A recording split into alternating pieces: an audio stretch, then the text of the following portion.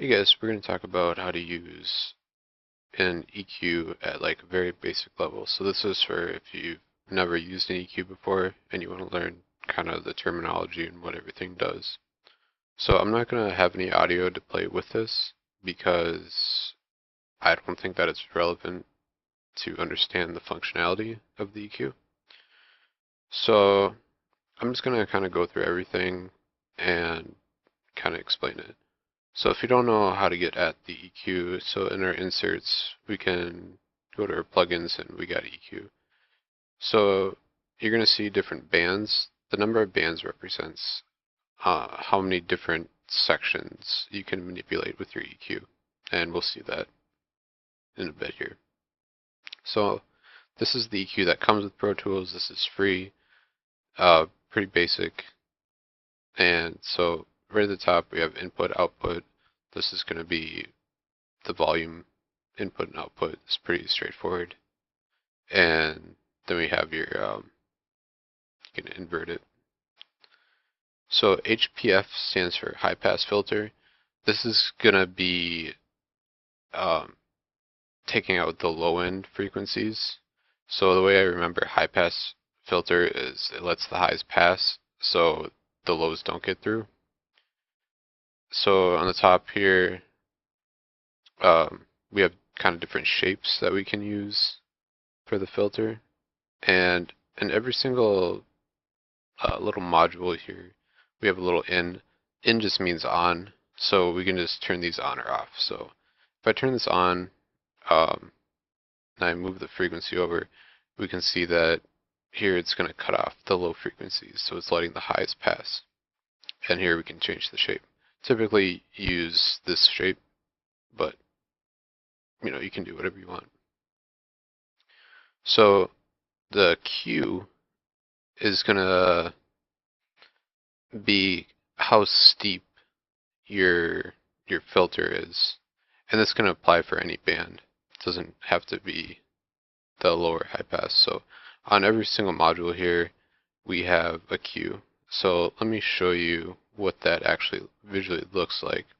So I'm going to take this one, I'm going to pull it up, and so right now the Q's at 1, and the lower or the higher we make the Q, the more steep it's going to be.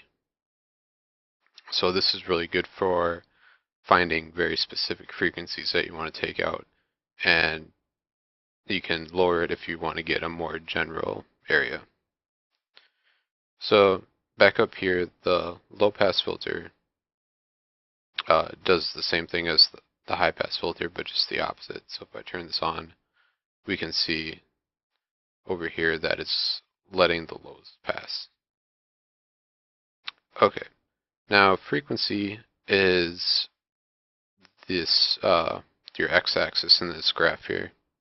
So we measure frequency in hertz, and typically we go from 20 hertz to 20,000 hertz. The K stands for 1,000.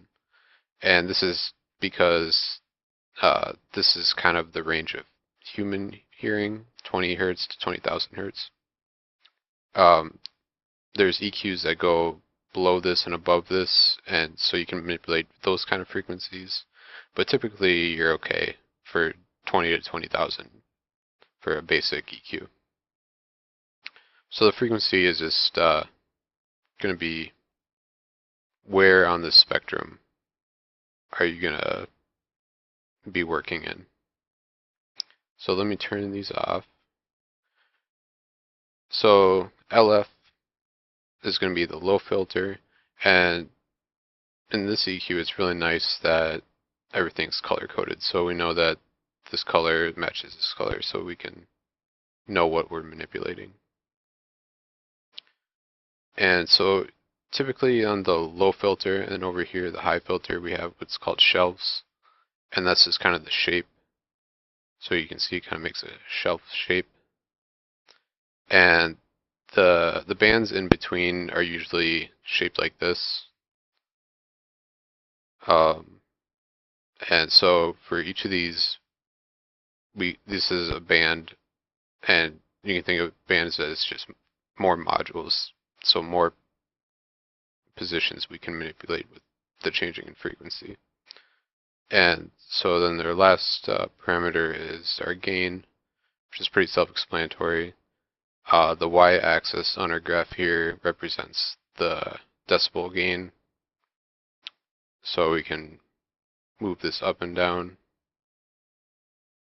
And that pretty much covers it for really basic EQ understanding.